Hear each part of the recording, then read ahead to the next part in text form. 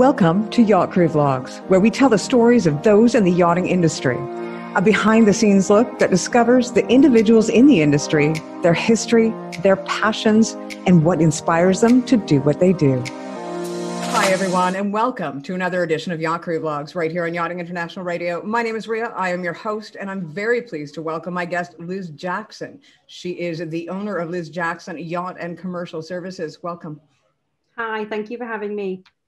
No, of course. You know what? I came across you on LinkedIn, and of course, another woman in business and someone who is doing the traditional role. You're a single mom, you're doing it all, and you're doing well at it. And I thought, yeah, I want to chat to her. So tell us a little bit about yourself, where you're from, and yeah, your formative years.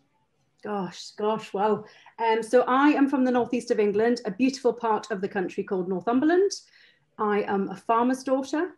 So farming is in my blood, and also sailing is in my blood. So my parents have always had sailing boats ever since we were kids on the west coast of Scotland, Mediterranean. So sailing and farming is very much in my blood. Went to university, so university and studied actually agricultural business management and marketing. So still very much agricultural. And then from there, really got into the yachting industry. Not by chance. I'd finished a job just after university, and I remember being sat on a tractor working for my father, and a captain called me up and gave me my first break. And really the only reason I got this first break was because he was an ex-dairy farmer from Wales. And he called me up and he said, "Farmers' daughters are really hardworking. I'm going to give you your first break." Flew me out to Sardinia and joined my first boat, and then just totally fell in love with yachting. So I've been really, really fortunate to travel all around the globe. I've been over to Micronesia. This is well before it was popular. So back in 2003, so a long time ago, and spent a lot of time in Alaska, East Coast of America, Costa Rica, Mexico, doing different roles from soul stew, chief stew, etc. So that's kind of my background. That's kind of where my love of yachting has come in. And then obviously the logbook business. So logbook business kind of came about through a partnership, if you like. And I then bought it out and have really tried to move it forward. My ethos for the business is very much about delivering a fantastic product and also providing fantastic customer service. I am very passionate about it. I think because my background is in yachting, I understand the yachting needs that are required by captains and crew members and all this of the idiosyncrasies that go with the yachting industry. So we for yachts, so everything from the most expensive leathers and colors right the way down to a standard generic range of logbooks that we provide for third-party retailers, chart companies, etc. And we also sell those through my office in Northumberland as well. Since then, since the whole logbooks things have developed, if you find that a customer really gets to know you, so they're starting to say, "Well, Liz, can you provide us with ring binders?" So now we do custom ring binders for clients and self-inking stamp for clients. And one of my clients wanted custom napkins. So we, got them some custom napkins completely bespoke to them, etc. So I suppose from a little acorn has really grown into this big tree, but still at the heart of that, trying very much to keep trying to keep the ethos the same, which is great product, great price, and providing good quality service and being realistic in terms of, is our clients on a budget? Is there expectations? Where's the logbook going to be housed? Is it going to be in the engine room? Is it going to be in the bridge? Is the owners going to be coming up to the bridge? Therefore, does it need to be a premium plus product, etc.? So, and work with the crew all the way through the whole process. What we do find is that, some clients will come to us, really don't have an idea of custom logbooks. They've bought the standard ones off the shelf that you can buy from anywhere. And they have an idea that they want a custom one, but they don't know how to go about it. They don't know what it can look like. So that's where we really bring it all to life for them and share colors and sometimes even work with new builds with their designer to say, well, I want this color of purple. So can you send us every swatch of purple? And then we will choose. So yeah, that's really where the whole business is. You know, I'm very passionate about the yachting industry. I've been in the yachting industry since 2001. So that's quite a few years ago now. So yeah, that's in a nutshell everything about me and the business. Well, you know, it is interesting what you said about the fact that, you know, I have been, you know, my background is media, and I bring my expertise in media to yachting. But I never knew that you could actually purchase a logbook that was custom made. I just thought that there was something that was an industry standard and that everybody had to have that logbook. And, you know, really from looking at social media, there's a lot of people out there that just believe that as well, not just me, and people that have been in the industry for a very long time. Yeah, yeah, absolutely. I mean, we still are not surprised when people come to us and say, wow, you know, you can do all of this and we can choose our layouts and we can have our own color schemes. And yeah, absolutely. You tell us what you want and we will deliver you exactly what you want. And that's, you know, there's no scope, you know, it's just wide open. I mean, to the point where we had one client who's turned around and said, I need to have my logbook in Hermes orange. It can only be Hermes orange. So, you know, so we had to go through every single material swatch to find Hermes orange.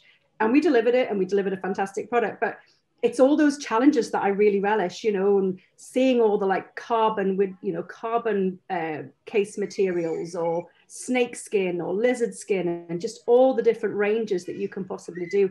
And the great thing about customizing the inside is that actually the client gets what they want. What we find with the standard logbooks is they're filling them in, and half the time they're having to score out some of the wording and change it so that it works for them, or they're having to leave some of it blank because it just doesn't fit into their needs, if you like. So having a completely custom one, everything gets filled in correctly, it gets signed, it's almost as if it is, you know, an official logbook because they're completing it and doing it. And likewise, when they're audited by flags, etc., these auditors are coming on board and seeing these logbooks, and you know, they're coming to standard because every bit of information is exactly as they're needing on board, and the flag states are able to review them and be able to check them as well. It's amazing. Now, you know, you did mention that, you know, your core business, of course, is the logbooks, but you do go off into other things as well. What is, I guess, the most extravagant or the most sort of different thing that you've been asked to source in your business? Oh gosh, I think I was asked recently, but I couldn't do anything with them. It was a custom yoga mat. I couldn't find a custom yoga mat, but I'm one of these people that really help them. Then I will either try and find somebody that can, or tell them that I can't help them. Custom bags. So we have designed some guest bags for a few clients who, you know, the guests leave and they want to put some things in a nice custom bag. We've developed those for them. Menu holders. You know, if you think of a menu holder, or, you know, the owners are on board and they're looking at the dinner menu and, you know, the wine menu and the cocktail list. You know, we completely customize those so they've got the vessel's logo on them and they all look lovely, and they can insert the information, so they can insert it through the top or down the side. And then we've done guest booklets, so for the actual cabins, and they all had a specific color. So in every single cabin, there's their own custom colored guest information booklets. So, you know, it's quite broad. It's quite a broad range of things that we can do. Let me ask you, what brought you off boats to a shore-based business? So what brought me off? Well, so what brought me off was I was at the time dating somebody in yachting. And at that time, sort of couples in yachting just wasn't really a thing. You just couldn't get on a boat together. I was obviously sort of educated at university, so it seemed like the natural fit for me to come off. So came off the boats and actually took a bit of a side turn, really. So I went away and then set up a business for the Earl of Iver, which is Guinness, the Guinness family. So set up a food business for him. Then I got headhunted and went to work for Tesco. So I managed their local food and their beer and spirits department for marketing for a few years. And then I went on to work for Carlsberg. So that's kind of, so I've had such a varied career, starting in yachting, coming across to kind of retailing again, because obviously that's where my educational experience comes from, and then almost coming back into yachting, you know, so slowly eking back into it when my son was born. So when my son was born, I took some time off and could see that the business really needed some development. With my background in business management and running businesses and marketing, it just seemed like a natural fit with my experience in yachting to really hit the ground running. And that's where obviously the business has developed massively from that little acorn, which was a very small business just taking over, to now, you know, hopefully being, you know, an important business within the yachting industry, all being led by a woman. Well, and, you know, like you say, you are a single mother. We were discussing, you know, a little bit of our similarities prior. And you're saying, how do you manage to do that balance? Because it isn't easy. You know, it's, first off, it's not easy running your own company for anybody. But on top of that, you are a single mother. How do you balance that? How do you make that work and maintain your mental health? Gosh, in terms of making it work, I think I just have no choice but to make it work, if that sounds as realistic as it can be. It resonates with me, yes. Yeah, so you know, I have no choice but to make it work. So my son's great. He's always been brought up with his mother working, so he's very good at sort of, you know, if I'm busy or on a call, he's really good at not coming in the room. And then also I have a really strong support network in my family. So my family are really supportive, my parents, my sisters, you know, so if there's ever a need to go away, like Fort Lauderdale Boat Show or one of the other shows, then they really sort of step up to the mark. Or my son is at school and he can board. So, you know, we've worked out a rotation with the school where he can go in and he can weekly board. So, you know, putting all of these things in place is easy, but it's managing it. It's managing the house and the dog and the business and the expectations of clients and your professional needs to make sure that you're delivering a fantastic product, and that these other things that are going on don't impact your business is so vital, because sometimes people don't really care about all the other stuff. They just want their product. They don't care about your circumstance. So it's trying to make sure that I'm spinning all of those plates. You know, I sort of explained to you that sometimes I feel like a little bit of a quiet assassin, where I'm just quietly getting on with my role as a mum, as a business owner, doing all of these things and just plodding through. Mental health, gosh, I've always been one of these people that has been, I love humor. And I think laughter has got me through a lot of the years being around. Even in the worst of circumstances, find a reason to laugh about something. So even if it's a really shocking situation and I just go, gosh, well, actually, if I don't laugh, I'm going to cry. And I, you know, I'm one of these people that loves music. So I'm, you know, my car's always got music tunes banging out. And yeah, I think I try to do all of the things I can, but I don't think anybody gets it right. I think we're all just, I think the expression is we're faking it till we're making it by being a single mum and trying to work at the same time. Yeah. We're all, you know, nobody has a plan book. Nobody has a rule book. We're all just trying to do the best with what we have in the time that we have, and trying to be inspirational to our kids and be a good business owner and think that our clients enjoy our product and enjoy our work as well. So, yeah. Liz, you know what? You have been an inspiration to me, and you know, I resonate. A lot of what you say resonates with me as well. Fake it till you make it, because you know, a lot of days you wake up and you're tired. Got to cut that out. A lot of days you wake up and you're tired, and you know that if you're not the one that wakes up and gets going, it's not going to get done that day. No one's going to do it for you. So you don't really have a choice. You've just got to do it anyway.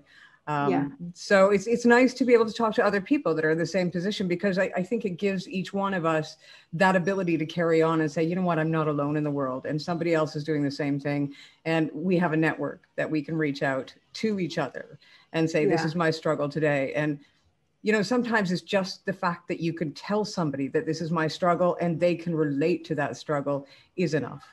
Yeah. Yeah, absolutely. Absolutely. I mean, you know, so much so that in this COVID period that we're all going through, you know, I've actually been, you know, developing a brand new product. So I've got some exciting news coming up soon, which I'm sure I'll be able to come back and speak to you about, you know. So I haven't just rested on my laurels. I've really tried to go, okay, well, what's next? What else can we do within the business? How can I grow the business forward?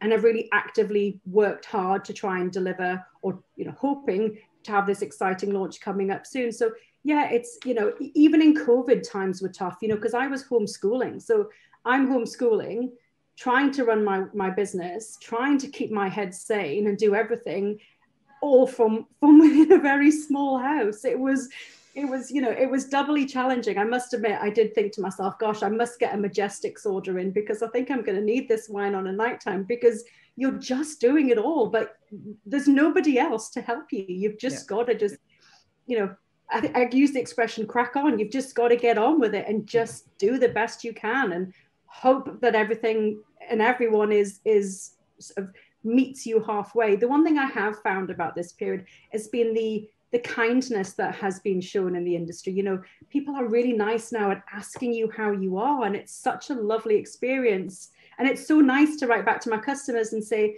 I'm really well, thank you for asking me, and likewise, how are you? Because it's just been so nice to have that, certainly during this period, for sure.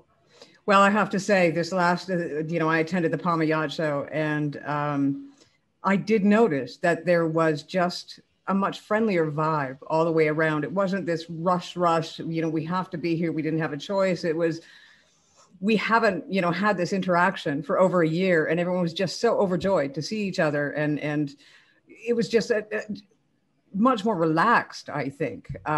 So yeah, you know, I think it has changed people in general. I just hope that people don't change back that quickly, because we are creatures of habit.